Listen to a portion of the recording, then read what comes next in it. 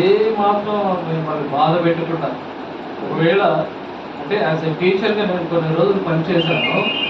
So ఆ దినాల్లో నేను ఎవరిని క్షమించే పరిస్థితి లేదు. అసలు క్షమించే పరిస్థితి. ఒక పిల్లవాడు డిఎస్పి మనమడ అనమాట, డిఎస్పి మనమడ, వాడు సరిగ్గా ప్రవర్తిస్తలేడు. వాడిని కొట్టానంటే వాడిని జన్మలో మళ్ళీ వాడు మరవలేడు.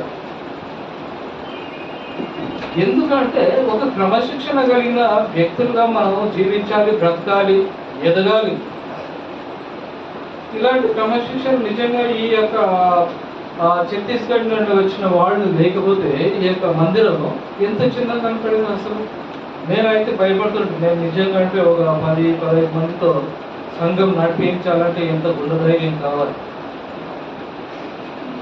సో పాజిటివ్ చేస్తున్న ఆ సాక్రిఫైస్, కనీసం వాళ్ళు సేవకులకు వెళ్తూ నా యొక్క కార్లకు పెట్రోల్ రావాలి కదా వాళ్ళకి. వాళ్ళ జీవనోపాధి ఇదే కదా, వేరే పనులు ఏం చేయలేదు. సో ఎంతో గొప్ప సంఘం ఇది. ఫుల్గా ఎప్పుడు ఫుల్గా ఉండే సంఘము ఈ యొక్క దినంలో ఇంత ఖాళీగా ఏర్పడింది. అది కూడా ఛత్తీస్గఢ్ వచ్చిన పరిస్థితుల్లో కూడా ఇలా ఉంది అని అంటే నేను చాలా బాధపడుతున్నాను. నేను చాలా శ్రేష్టమైన వ్యక్తి పాస్టర్గా ఉన్నాను. చాలా శ్రేష్టమైన వ్యక్తి అంటే ఏ విధమైన కమిషన్ లేదు. తన యొక్క బంధువర్గం వాళ్ళు కోట్లు సంపాదించుకుంటూ పోతున్నారు, వారు బిజినెస్ చేస్తారు.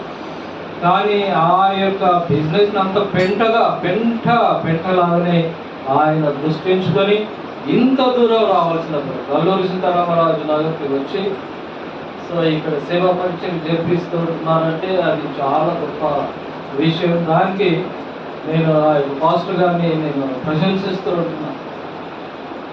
చాలా వరకు డబ్బు విషయంలోనే చాలా వరకు పడిపోతాం. ఈ యొక్క సేవ కాబట్టి ఇంక వేరే పనులు చేసుకోవచ్చు అన్నట్టుగా అలాంటి పరిస్థితి నీ పాజిటివ్ రాకుండా చూసుకో. నీ ప్రక్కన ఉన్న బంధువర్గాలకు అంతా చెప్పండి, ఇది స్వచ్ఛమైన సంఘం. ఇది స్వచ్ఛమైన సంఘం. ఏదో కల్తీ సంఘం హోం ఫిల్మ్ పాట అన్నట్టుగా ఒక 4 మంత్రాల్లాగా ఇది చేసేసి స్వస్థతలు వచ్చినాయి, అవి వచ్చినాయని మోసాలు చేసే సంఘం కాదు. దయచేసి మీరు క్షమించి ఈ యొక్క సంఘ వృద్ధిలో పాస్టర్ ఒక్కరే కాదు, మీరు కూడా పాత్ర వహించాలి. మీకు పాత్ర లేకపోతే ఈ యొక్క సంఘం బలమైన పడే పరిస్థితి ఉంటుంది. ఆఖరికి ఇంకా నేను అక్కడొక్కడే పెట్టేస్తా అన్న పరిస్థితులు రాకూడదు. దయచేసి మీరు బాగా ఆలోచించండి.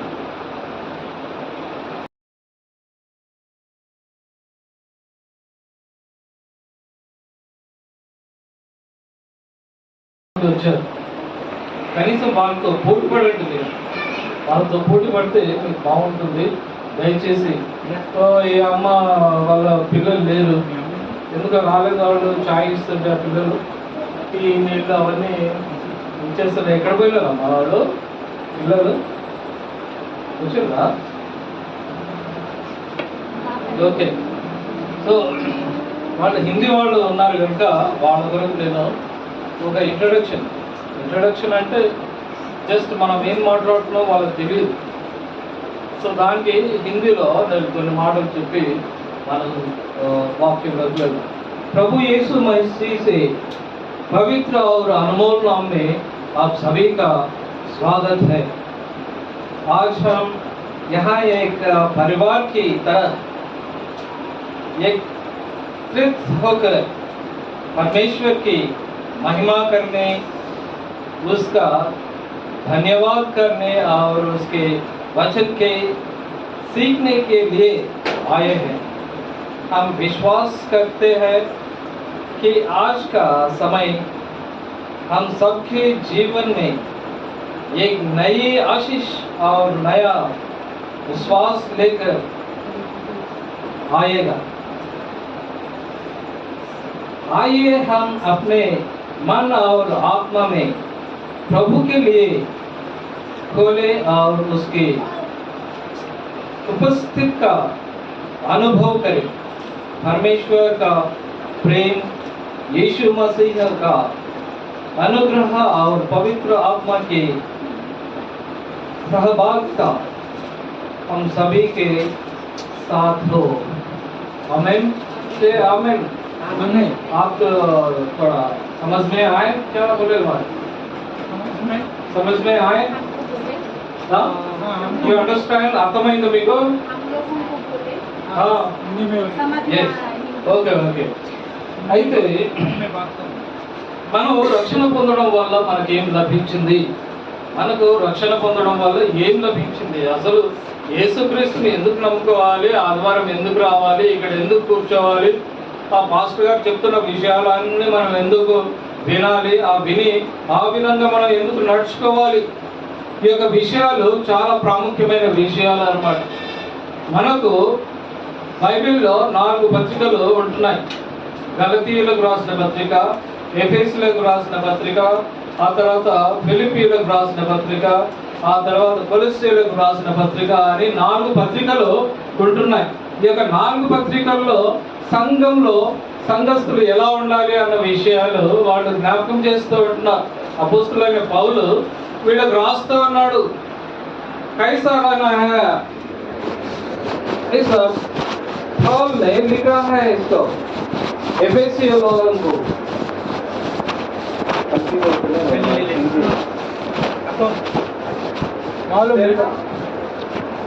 తెలుగు యాద ఓకే సో ఏమి అసలు వాళ్ళకి లభిస్తున్న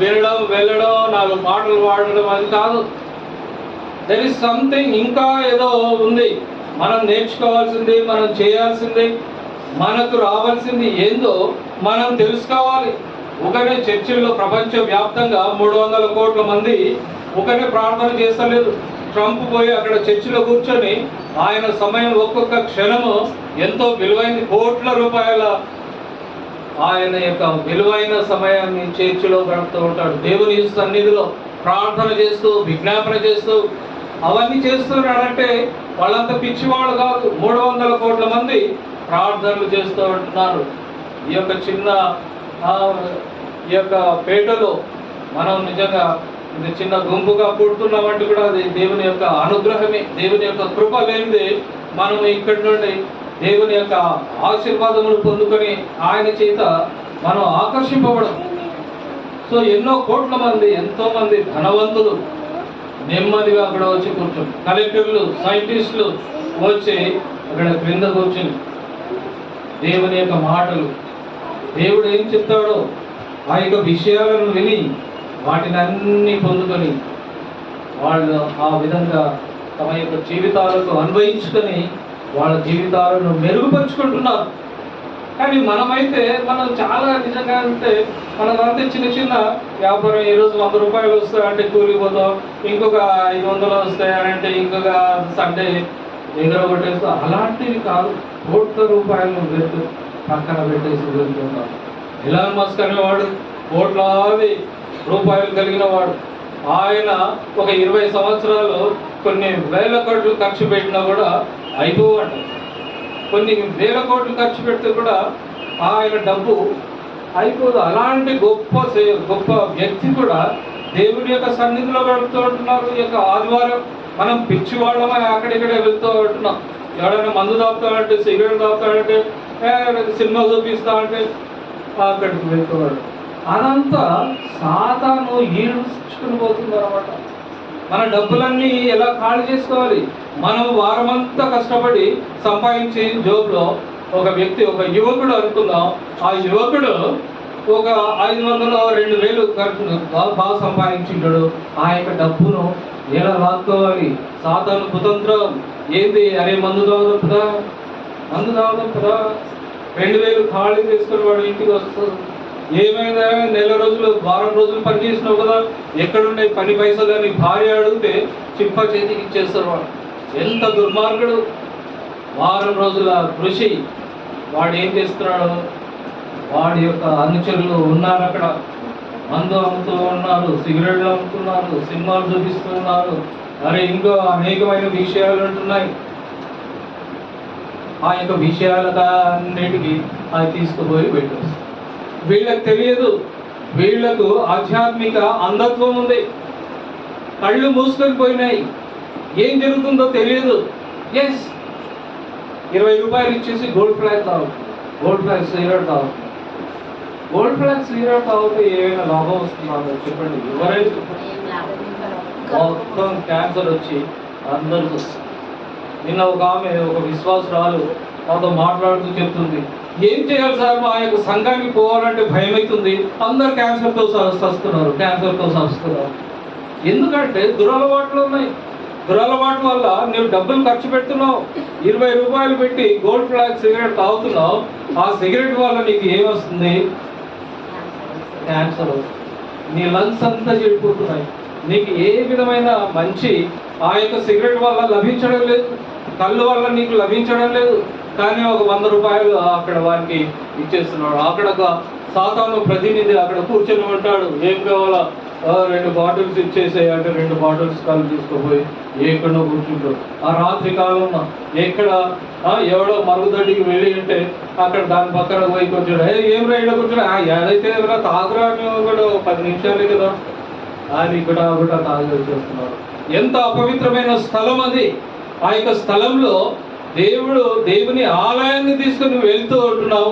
అక్కడ బాత్రూంలో ఎవరో కూర్చున్న వాడిని, అక్కడ ఎవరు లేదులే, ఇక్కడ కూర్చున్నప్పుడు ఆ రాయి వెనుక ఎవడో అప్పటికి వాష్రూమ్ పోయి వచ్చేసింటాడు. కానీ అక్కడ పోయి నువ్వు కూర్చుంటావు. ఎంత దౌర్భాగ్య పరిస్థితి. నీవు నెల రోజులంతా ఖర్చు పెట్టలేదు, నెల రోజులంతా నీ యొక్క శక్తిని అంతా ఖర్చు పెట్టాయి. ఆ యొక్క నెల రోజులు నువ్వు సంపాదించిన డబ్బు ఫస్ట్, తర్వాత ఒకరోజు ఫ్రెండ్స్ అంతా కలుస్తారు, అంతే. పోదాం పద, ఎక్కడైనా టూర్కి వెళ్తూ ఉంటారు, గోవా వెళ్తాం, అక్కడ వ్యభిచారం, అలాంటి విచ్చలవిడతనం అలాంటివి జరుగుతూ ఉంటాయి. అందరూ అలా చేస్తారని నేను ఆడలేదు, కానీ అలా జరుగుతున్నాయి. అక్కడ సాతాను ప్రతినిధులు తిష్ట వేసుకుని కూర్చున్నారంటారు. ఎప్పుడైనా మీరు చూసారా? మంచి స్టేట్గా ఎట్లా కూర్చుంటారో, మోకాళ్ళ మీద కూర్చుని ఉంటారు వాళ్ళు మహారాజులాగా కూర్చోండి. ఏం కావాలా అంటాడు, ఒక బీరి ఏమని అంటున్నారు. నేను ఏం పోవాలన్నావు అంటే చాలా రోజులు తాగుతా. ఎంత అడుక్కుంటాడా భిక్షగాల్లో, డబ్బులు ఇస్తున్నాడు వాడు, అలా డబ్బులు ఇచ్చి ఆడుకోవడం. అయితే దేవుని యొక్క కృప చేత మనం రక్షింపబడి ఉంటున్నాం. అందుకే ఒక శ్రేష్టమైన సమయం ఆదివారం అంటే ఒక ప్రతిష్ఠిత దినం. యేసు క్రీస్తు మరణాన్ని జయించిన దినం ఇది. యేసు క్రీస్తు పాపాన్ని జయించిన దినం. యేసు క్రీస్తు సాతాన్ని జయించిన దినం ఇది. ప్రతిష్ఠిత దినం ఇది. మనం ప్రతిష్ఠించుకున్న క్రైస్తవ భక్తులకు, విశ్వాసులకు అందరికీ ఒక ప్రతిష్ఠిత దినం. ఈ యొక్క ఆదివారము మనం దేవుని యొక్క సన్నిధిలో గడపాలి. ప్రతి ఒక్కరి హృదయాల్లో ఆ యొక్క ఉబలాటం ఉండాలి. ఇది అనవసరమైన విషయాలు ఉండదు. వాళ్ళు ఆధ్యాత్మిక అంధత్వంలో వాళ్ళు దేవులాడుతున్నారు. ఎక్కడ దేవుడు ఉన్నాడు అని చెప్పేసి ఏదో రాయికి ఒక గోడ, ఏదో ఒక పటాన్ని చూసుకొని ఈయన దేవుడేమో అని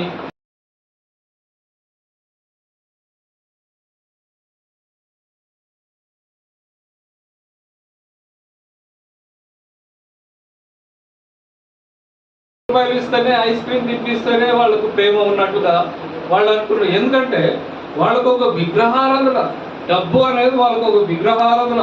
అందుకే దానికి ఏడుస్తుంటారు, తల్లిదండ్రులను బాధిస్తూ ఉంటారు. అలాగే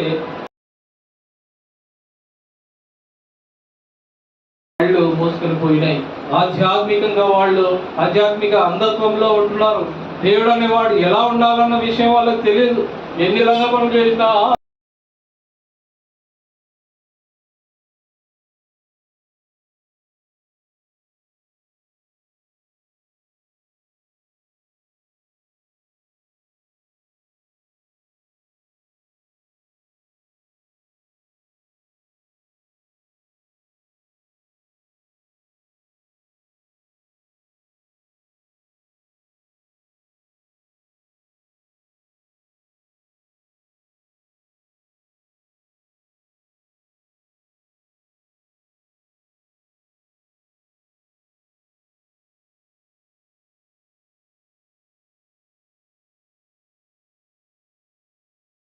నీ యొక్క హృదయంలో నీ భర్త ఉండాలి.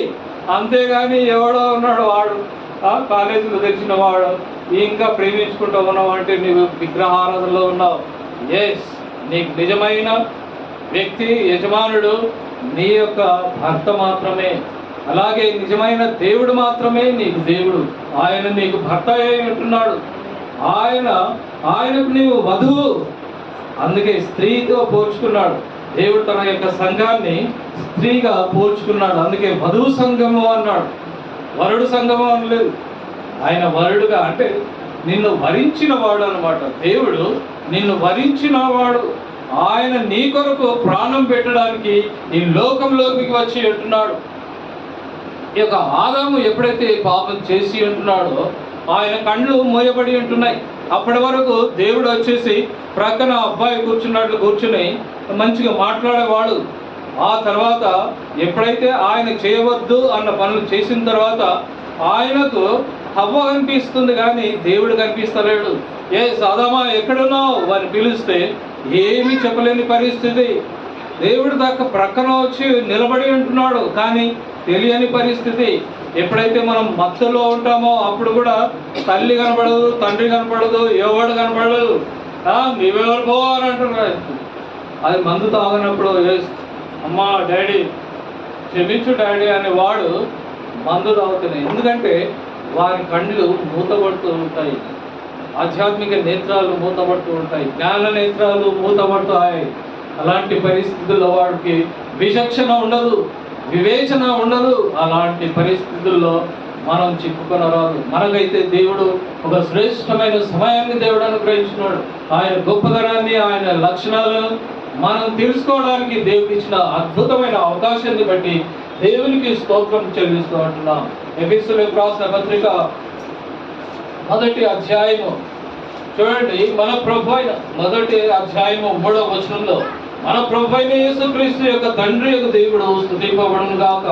ఆయన క్రీస్తునందు పరలోక విషయంలో ఆత్మ సంబంధమైన ప్రతి ఆశీర్వాదమును మనకు అనుగ్రహించిన పరలోక సంబంధమైన ఆశీర్వాదము. ఈ లోకంలోనికి ఏం లేకపోవచ్చు, కార్లు లేకపోవచ్చు, హెలికాప్టర్లు లేకపోవచ్చు, నీకు డబ్బు దశకం ఏం లేకపోవచ్చు, కానీ పరలోక సంబంధమైన ఆశీర్వాదము నీకు ఎప్పుడైతే సాల్వేషన్ వచ్చిందో, ఎప్పుడైతే क्या बोलते हैं सैल्वेशन को,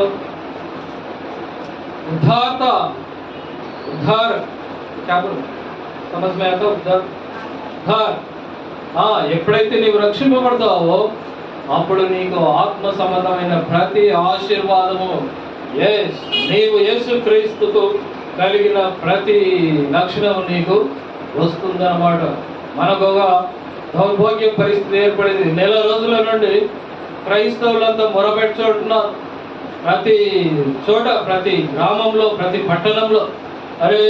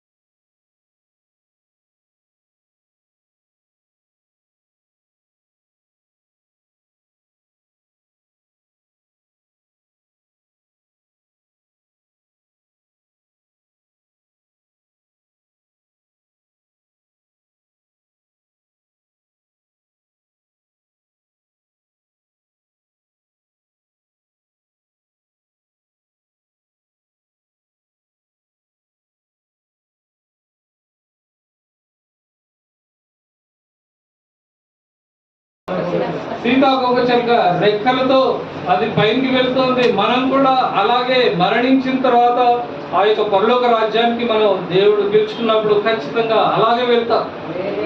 అందుకే మనకు సమాధి, మన సమాధులు మనం కట్టుకుంటాం. వేరే వాళ్ళు కట్టరు, రాళ్ళు వేసి అక్కడ పెట్టేస్తారు అంతే.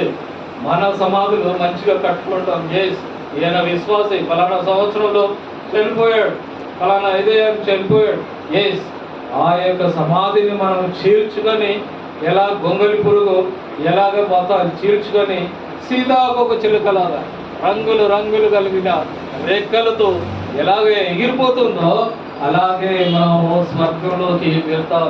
సో అలాంటి అద్భుతమైన అవకాశం దేవుడు మనకు అనుగ్రహించినాడు. ఇది స్పిరిచువల్ గా ఉంది మనకు, కానీ ఫిజికల్ గా లేదు. మనకు ఈరోజు 100 డబ్బులు కావాలంటే రావు. ఏదైనా పొలిటికల్ లీడర్స్ మీటింగ్కి వెళ్ళాలంటే మనకు డబ్బులు రావచ్చు, కానీ మనకు ఈ మీటింగ్లో రావాలంటే మనమే పెట్టాలి వాడు కదా. కానీ అది పొలిటికల్ లీడర్ టీఆర్ఎస్ వాళ్ళు ఈరోజు మీటింగ్ పెట్టుకున్నాను బాబు, ఈరోజు సాయంకాలం 1000 రూపాయలు ఇస్తారు, మందు వాళ్ళు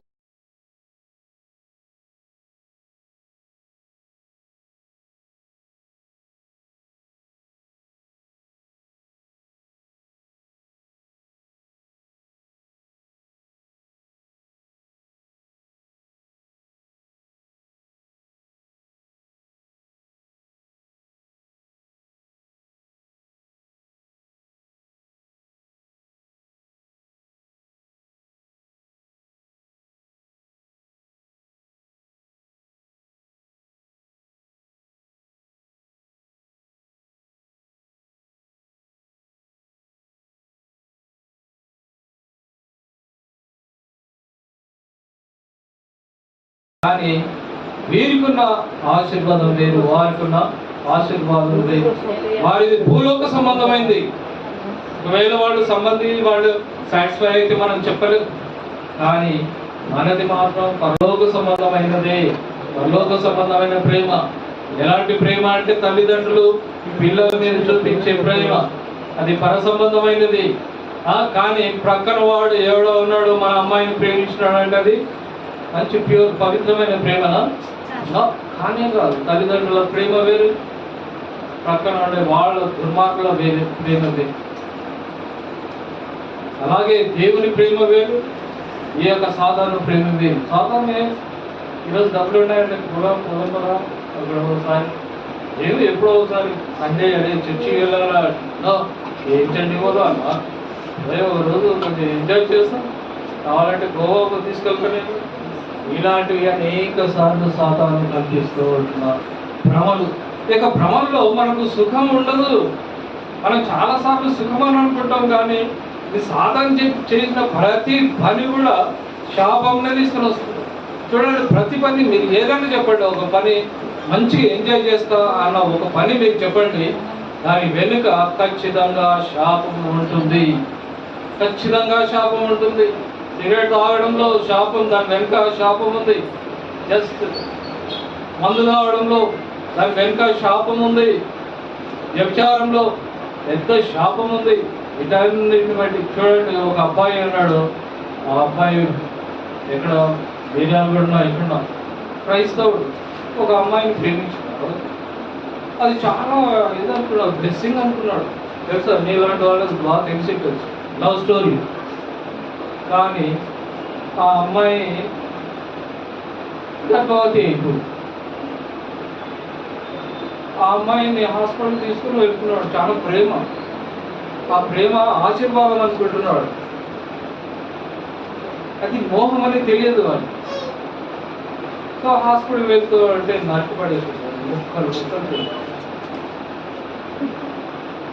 అక్కడ ఆశీర్వాదం ఉందా? ఆ యొక్క పాపం ద్వారా నీకు ఆశీర్వాదం వచ్చిందా? నాన్న శాపంగా వచ్చింది, నరకం వచ్చేసింది. నువ్వు నరకానికే వెళ్తావు.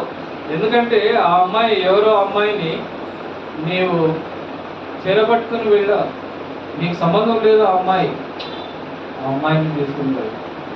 ఇలాగ మీరు ఏ పాయింట్ అయినా తీసుకోండి, లోక సంబంధమైనవి ఏవైనా తీసుకోండి, సాధారణ వలన జరిగేది ప్రతి కార్యంను బట్టి దాని వెనుక పాపము దాగి ఉంటుంది.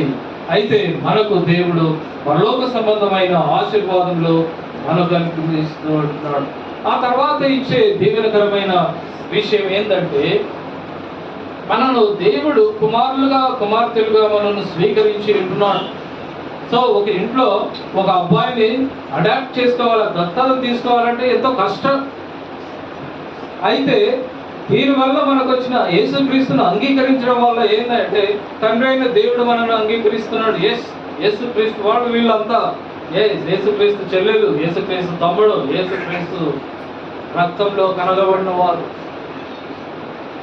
పాస్టర్ గారు చేసే ప్రతి ప్రార్థనలో ప్రతి ప్రార్థనలో నీ రక్తం చేత కనబడిన వాళ్ళు అని చెప్పేసి అంటూ ఉంటారు. నాకు చాలా ఇష్టం ఆ మాట. సో అది చాలా నిజమైన ప్రేమ అన్నమాట. ఆయన తన రక్తమును కార్చినాడు, తన యొక్క సంఘ వధువు కోసం తన యొక్క రక్తమును కార్చినాడు. బలిదానము కావలసిన పరిస్థితి. ఆ పరిస్థితి వల్ల దేవుడు మనను కుమారులుగా కుమార్తెలుగా మనను స్వీకరించి ఉంటున్నాడు. ఒకసారి మనం 6వ వచనం మనం చూసుకుందాం. ఎట్లనగా తన ప్రియుని యందు తాను ఉచితంగా మనకు అనుగ్రహించిన తన కృపామహిమకు కీర్తి కలుగునట్లు తన చిత్త ప్రకారమైన దయా సంకల్పం చొప్పున, ఇది దేవుని యొక్క సంకల్పం, దయా సంకల్పం. ఈ యొక్క దినాన ఒక రోజు ఏమైందంటే ఒక హాస్పిటల్లో ఒక అబ్బాయి పడిండు. ఆ అబ్బాయి ఏదో తెలియని రోగం ఆయనకు వచ్చేసింది, చనిపోతాడని చెప్పేశారు. కానీ తల్లిదండ్రులు అంటున్న మాట ఏంటి తెలుసా?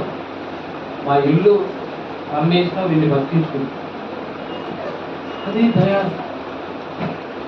వాళ్ళు ప్రాణం ఇవ్వడానికి సిద్ధం, వాళ్ళ రక్తం ఇవ్వడానికి సిద్ధం, వాళ్ళ ఇల్లు మొత్తం అమ్ముకొని వారికి ఆ యొక్క స్వస్థ చికిత్స చేయించాలన్న ఆశ. అలాగే దేవుని కూడా ఆ యొక్క సంకల్పం కలిగింది. ఆ యొక్క సంకల్పం చొప్పున యేసుక్రీస్తు ద్వారా తనకు కుమారులంగా స్వీకరించుటకై మనంతా కుమారులు, మనమంతా మానవులం.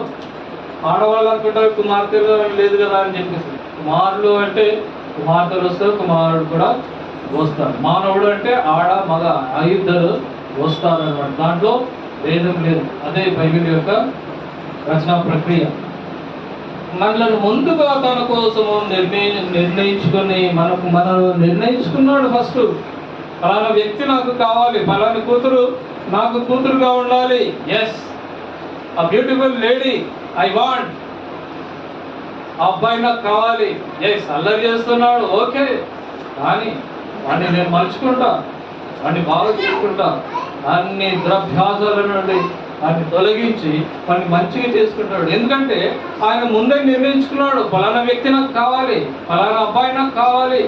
ఆయనలో అనేకమైన విషయాలు దాగున్నాయి, ఆయన చేత అనేకమైన కార్యాలు నేను చేసుకోవచ్చు అని ముందుగా నిర్ణయం చేసుకొని మనం తన ఎదుట పరిశుద్ధులను నిర్దోషణమై ఉండాలని జగత్ పునాది వేయబడక ముందే ప్రేమ చేత ఆయన క్రీస్తులో మనలను ఏర్పరచుకుని, క్రీస్తులో మనను ఏర్పరచు. జగత్ పునాది ఇప్పుడు కాదు ఆ ప్లాన్, జగత్ పునాది ఈ యొక్క సృష్టి జరగకముందే ఆయన ఫలానా వ్యక్తి అంటే దేవుడు నిన్ను చూశాడు. మనం మర్చిపోతూ ఉంటున్నాం, దేవుడు నన్ను చూడలేదని. నువ్వు ఏం చేస్తావో, ఎలా ఉంటావో, ఎలా పెరుగుతావో, ఎలా అన్ని విషయాలు దేవుడు. చాలా మంది తల్లులు వాళ్ళ బిడ్డ ఎలా పెరుగుతుందో వాళ్ళు ముందే తెలుసుకుంటారు. గర్భంలో ఉన్నప్పుడే డాక్టర్ ఎలా అంటే పుష్టికరంగా ఉందమ్మా, చాలా వెయిట్ కూడా చాలా బాగున్నారు, చాలా అందంగా ఉంటున్నాడు, వాళ్ళ డాడీ లాగానే ఉంటున్నాడు, వాళ్ళ డాడీలా ఉంటే చాలా ఇది. ఎందుకంటే ఆమెలో ఏ విధమైన కన్వర్షన్ లేదని వాళ్ళకు ఒక గ్యారంటీ లాగా. వాళ్ళ డాడీ లాగానే ఉంటే అచ్చం ఇంకా వాళ్ళ డాడీకి కూడా చాలా సంతోషం. సో ఈ లోకంలో అలాంటివి మనం కూడా యేసుక్రీస్తులాగా ఉండాలి. మనం యేసుక్రీస్తుకు పుట్టినవాడు, ఆయన రక్తం చేత కొనబడినవాడు, మనం ఆయనలాగానే ఉండాలి. అందుకే పగడాల గారు ఎప్పుడు మై ఫాదర్ ఈజ్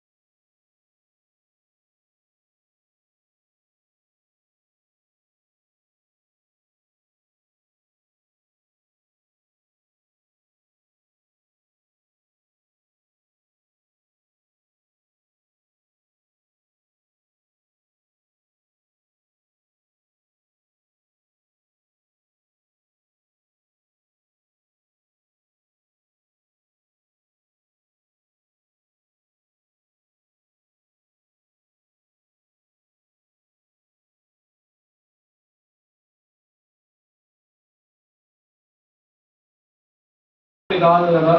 మనం ఒక్కొక్క క్షణం మనం ఆలోచన చేస్తే, ఒక్కసారి సైంటిస్టులంతా ఒక్కసారి ఆలోచన చేయండి. మీరు సైంటిస్టులే అనుకుందాం, మీరు దేవుడు లేడని చెప్పేవాళ్ళు అనుకుందాం, ఓకే. ఆ దేవుడు లేడని ఈ యొక్క భూలోకంలో దేవుడు తన కృప పెట్టాడురా అని చెప్పేసి బైబిల్ చెప్తుంది. దేవుని యొక్క కృప ఈ యొక్క భూమి మీద ఉంది అని చెప్తూ ఉంది. ఆ యొక్క కృప లేకుండా పోతే, ఒకవేళ ఈ యొక్క భూమికి ఆకర్షణ శక్తి లోపిస్తే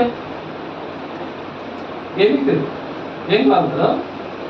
మీకు తెలియదు ఏమవుతుందో. మనం గాలికి ఎక్కడ ఎగిరిపోతూ ఉంటాం అంతే. ఇంకా ఆ యొక్క చంద్రమండలంకి వెళ్తే ఒక్క అడుగు కూడా మనము సరిగా వేయలేదు, ఒక చెయ్యి కూడా లేపలేము. ఆ నీళ్లు కూడా త్రాగలేము, అట్లా నీళ్లు రావు అక్కడికి. ఇంత భయంకరమైన పరిస్థితులు ఏర్పడతాయి, వాళ్ళకి తెలియదు. భూమి మీద మాత్రమే ఆకర్షణ శక్తి ఉంది, భూమి మీద మాత్రమే చెట్లు ఉన్నాయి, భూమి మీద మాత్రమే ఉన్న చెట్లకు ఆక్సిజన్ ఉత్పత్తి చేసే శక్తి ఉంది. దాని ద్వారా మనం పీల్చుకోవచ్చు. భూమి మీద పెరుగుతున్న ఆ యొక్క వృక్షజాలానికి, ఆ యొక్క పంటలకు మన యొక్క కడుపులు నింపే శక్తి ఉంది. ప్రపంచంలో, ఈ లోకంలో భూమిని దాటి వెళ్ళిన తర్వాత ఇంకా అక్కడ ఏమీ లేదు, గాలి ఉండదు. ఒక 500 కిలోమీటర్ల దూరంలో వెళ్తే ఇంక గాలి అన్నది మీకు దొరకదు. ఉత్త స్పేస్ అనమాట. ఇంకా ನೀವು గాలిలో ఎక్కడ కొట్టుకుపోతో నీకు గాలి ఉండదు. ఎక్కడ కొట్టుకుపోతో ఆ శూన్యంలో ఏం జరుగుతుందో మనకు తెలియదు. అలాంటి పరిస్థితుల్లో దేవుడు మనను పెంచి పోషిస్తూ ఉంటున్నాడు. మనకు కావలసిన ప్రతిదీ ఆయన అందిస్తూ ఉంటున్నాడు. నీ దగ్గర కోట్ల రూపాయలు ఉండొచ్చు, భూమికి అయస్కాంత శక్తి లేదు, ఆకర్షణ శక్తి లేదు, అది లోపించిందంటే మొత్తం ఈ యొక్క ప్రపంచంలో ఉన్న సైంటిస్టులంతా కావాల్సింది పండకుండా అయిపోయినాయి. ఒకసారి ఆలోచన చేయండి. అనేకమైన వరదలు ఇవన్నీ పాకుతున్నాయంటే అమ్మో ఎంత భయంకరమైన పరిస్థితులు. అందుకే దేవుడు ప్రతి క్షణం నిన్ను కాపాడుతూ ఉన్నాడు. సో మరి ఒకటి చేసినాడు. ఇది మరి యొక్క అద్భుతమైన ఒక బ్లెస్సింగ్ అన్నమాట, ఒక ఆశీర్వాదం, పరలోక సంబంధమైన ఆశీర్వాదం. ఈ యొక్క విమోచన ఏంటంటే, పాపం నుండి నీవు మంచివాడివి, నీ ఇంట్లో ఒక తప్పు జరిగిపోయింది. జరిగిపోయిన తర్వాత నీ తల్లిదండ్రులు చేయలేదు, మా పాపం చేయలేదు, నువ్వేంది డోంట్ వరీ అని మీ డాడీ అనడానికి ఎంత సంతోషం. అలాగే పరలోకపు తండ్రి మనల్ని అంటున్నాడు, నేను విమోచించినావు, మీరు పాపులు కాదు, మీరు పవిత్రులు, మీరు నీతిమంతులు అని ఆయన తీర్చి ఉంటున్నాడు. మన లోకం ఎన్నో చెప్పొచ్చేమో, కోళ్ళు వాళ్ళు కూడా ఫలానా సందర్భంలో ఈమె కాపీ పెట్టింది, ఫలానా సందర్భంలో ఈమె ఇది, అవన్నీ కాదు. దేవుడు చెప్తున్నాడు నీవు నీతిమంతుడు, దేవుడు చెప్తున్నాడు నీవు పరిశుద్ధుడు. దేవుడు ఎందుకు దేవుడు పరిశుద్ధుడు అని అంటున్నాడంటే, నిజమైన దేవుడిని నీవు ఒప్పుకున్నావు, నిజమైన దేవుడిని నీవు ఒప్పుకున్నావు కనుక నీవు నీతిమంతుడు. ఇక పాస్టర్ని ఒప్పుకోవాలి. మా పాస్టర్ అన్నప్పుడు ఎస్ మా సంఘస్థుడు అని చెప్పేసి ఖచ్చితంగా. నీవు ఎక్కడో పోయి ఏమో చేస్తూ మా పాస్టర్ అని చెప్పినట్టే వాళ్ళు ఒప్పుకోరు. భూలోక సంబంధమైన పాస్టర్లు ఒప్పుకుంటారేమో, కానీ పరిశుద్ధ దేవుడు అట్లా ఒప్పుకోవడమో. అయితే ఆయన పేరును మనం ఒప్పుకున్నామో, ఆయన దేవుడుగా మనం స్వీకరిస్తామో, అప్పుడు మాత్రమే దేవుడు మన దేవుడుగా ఉంటాడు, మన తండ్రిగా ఉంటాడు, మన రక్షకుడుగా ఉంటాడు, మనము విమోచిస్తాడు అన్నాడు. అలాంటి అద్భుతమైన విషయాన్ని దేవుడు ఇక్కడ చెబుతాడు. రిడెంప్షన్ అన్నది ఒక ప్రాముఖ్యమైన బ్లెస్సింగ్ గా మనం చూడాలి. ఆ విధంగా మనకు ఇంకోటి రెవల్యూషన్, ఒకటి పరలోక సంబంధమైన మర్మము అనేది చాలా మందికి తెలియదు. పరలోకం అంటే ఏందో తెలియదు. మనం చచ్చిన తర్వాత పక్కడో బిక్కడో ఎక్కడో ఒక చోటికి పోతాం అని చెప్పేసి చాలా మంది అనుకుంటారు. వాళ్ళు ఎక్కడ వెళ్తారో వాళ్ళకి తెలియదు. కానీ మనకు ఒక మర్మం అనమాట, ఇట్స్ ఏ సీక్రెట్. ఆ సీక్రెట్ని బైబిల్లో దేవుడు నిక్షిప్తం చేసి ఉంటున్నాడు, మనకు తెలియవచ్చి ఉంటున్నాడు. అందుకే మనం మౌనంగా ఉండి దేవుని ధ్యానిస్తూ దేవుని కనబరుస్తూ ఉంటున్నాం. సో ఆ యొక్క ఆధిక్యత అందరికీ లేదు. ప్రతిరోజు నీవు ఒక దేవుణ్ణి పెట్టుకొని నీవు పూజ చెప్తానంటే ఎవడు రాడు. మనల్ని మాత్రం దాడులు చేస్తారు. మన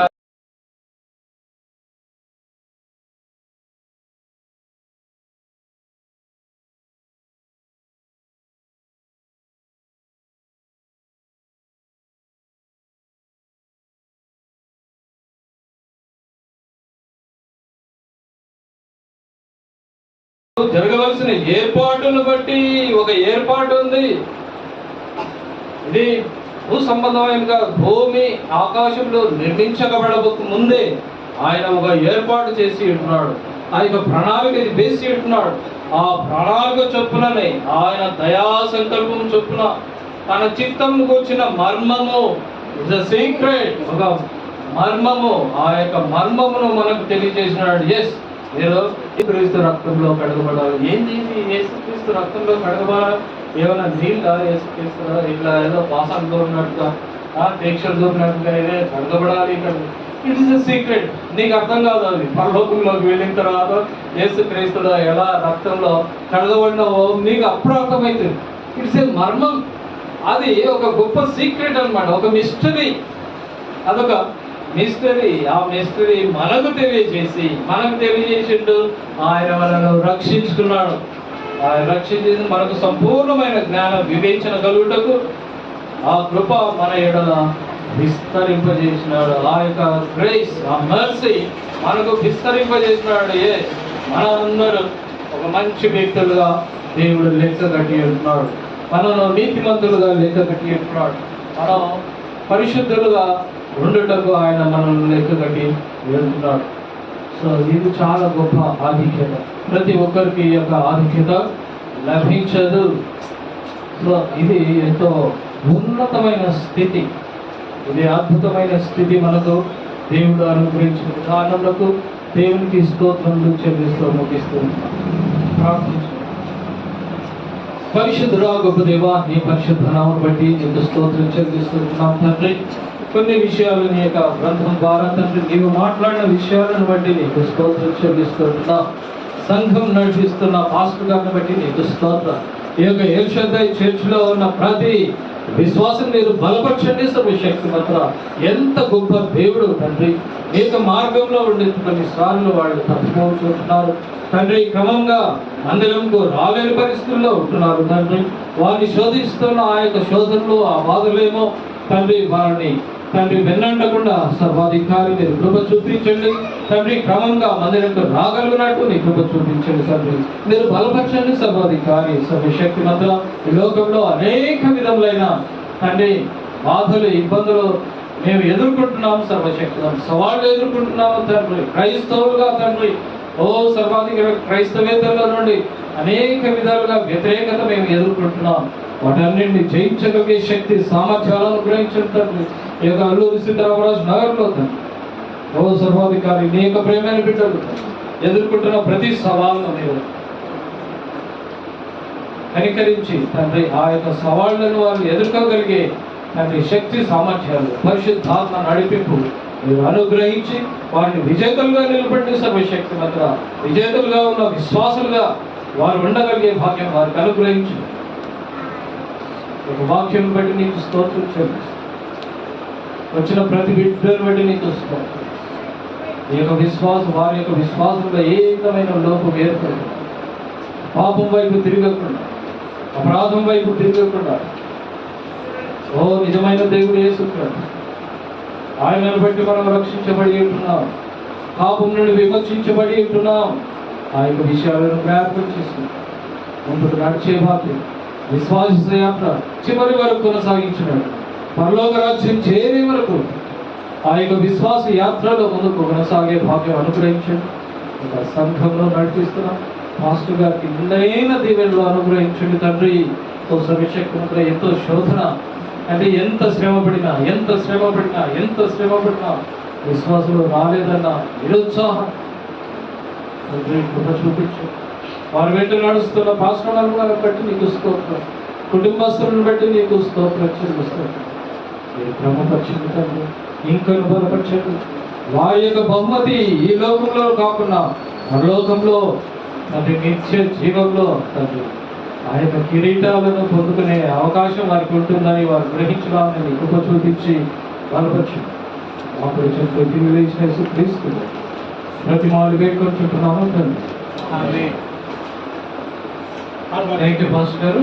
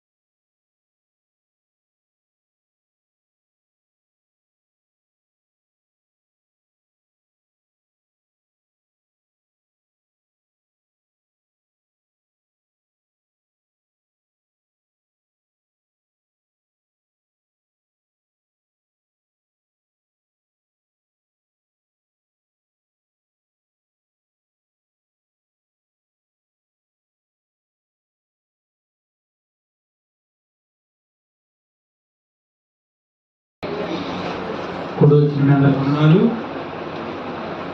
పాస్టర్ గారికి కానుకలు కూడా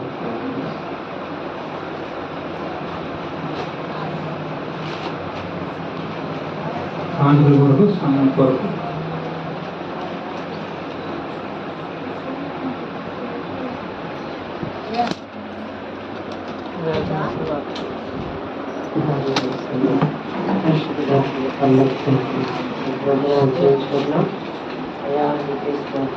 తండ్రి జీవాధిపతి స్తోత్రాలు తండ్రి ఆశ్చర్యకరమైన ఆలోచనకర్త ఫలమైన దేవ నిత్యుడు తండ్రి సమాధానం ప్రతిపాదిస్తయా నీకే స్తోత్రాలు.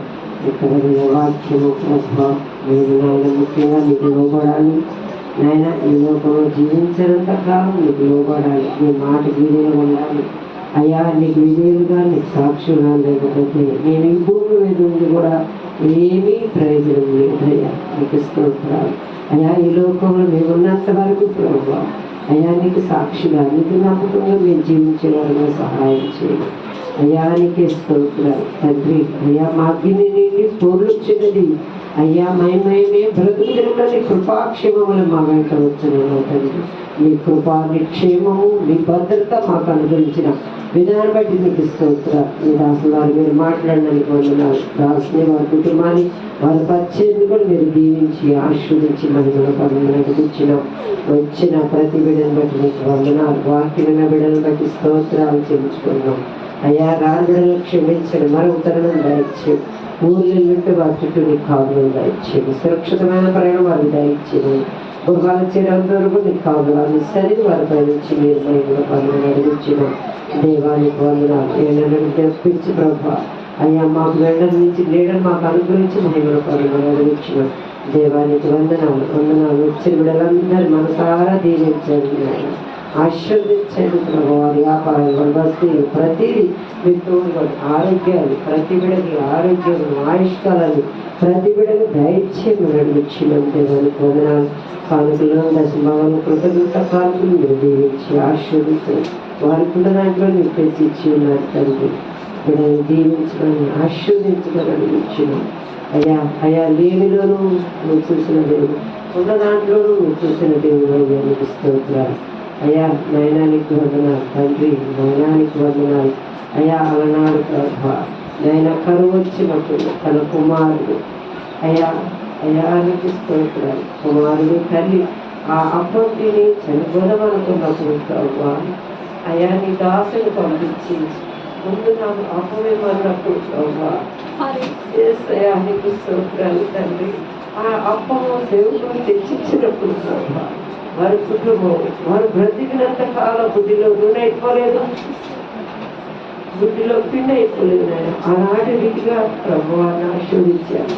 మేము కూడా నీ సేవకుడికి మేము నాయన మేము నీ సేవకుడి అనుభవాలలో మేము నడుచుకుంటూ చూపించగలండి తండ్రి. తెలిసి తెలియని పొరపాటు క్షమించండి, మన్నించండి నాయన. నీకు స్తోత్రాలు తండ్రి అయ్యా. నాయన నీ సేవకుడు మంచిగా ఉంటే మేము నాయన నీ సేవకుడు ప్రార్థన ఆలోచించి మా కొరకు ప్రార్థన చేసిన ప్రార్థన అయ్యా ఎంతో ఆశ్రమం ఎంతో దీవులతో మమ్మల్ని స్తోత్రాలు అయ్యా. కానుకలు కూడా మీరు ఆశీర్వదించండి అయ్యా, దీవించండి అయ్యా. కరువుకాలం వారిని ఆశీర్వదించారు. ఈ లోకంలో మేము ఉన్నంతకాలం మమ్మల్ని మీరు ఆశీర్వదించండి అయ్యా. లోకం అనేది ఆస్తి కాదు కానీ ఆత్మీయ జీవితాన్ని ఆత్మీయ బ్రతుకులు మాకు దయచేయండి అయ్యా. మాలో కాలు ద్రాక్ష తీసుకునేదైనా మధురమైన ద్రాక్ష వడి వలె మేము ఫలించి అయ్యా అభివృద్ధి పొందే కృప మాకును సంఘానికి సాగుదలను దయచేసి అయ్యా. నీకే వందనాలు అయ్యా. జుట్టు తేనె దారిలో కన్నా మధురమైనది నీ మాట అయ్యా. నీ మాటకు మేము విధులు ఉండడానికి నీ కృప చూపించడానికి స్తోత్రాలు చేసుకుంటున్నాం. బిడ్డలు ఎండలో వచ్చి ఉన్నారయ్యా. వారు నాయన వారి కుటుంబం బిడ్డలు దీవించి ఆశీర్వదించి వేరే మహిమ పడినాను నైనా. నీకే కృతజ్ఞత స్తోత్రాలు చేర్చుకుంటూ మా ప్రేమ కుమారుడైన యేసయ్య పరిశుద్ధ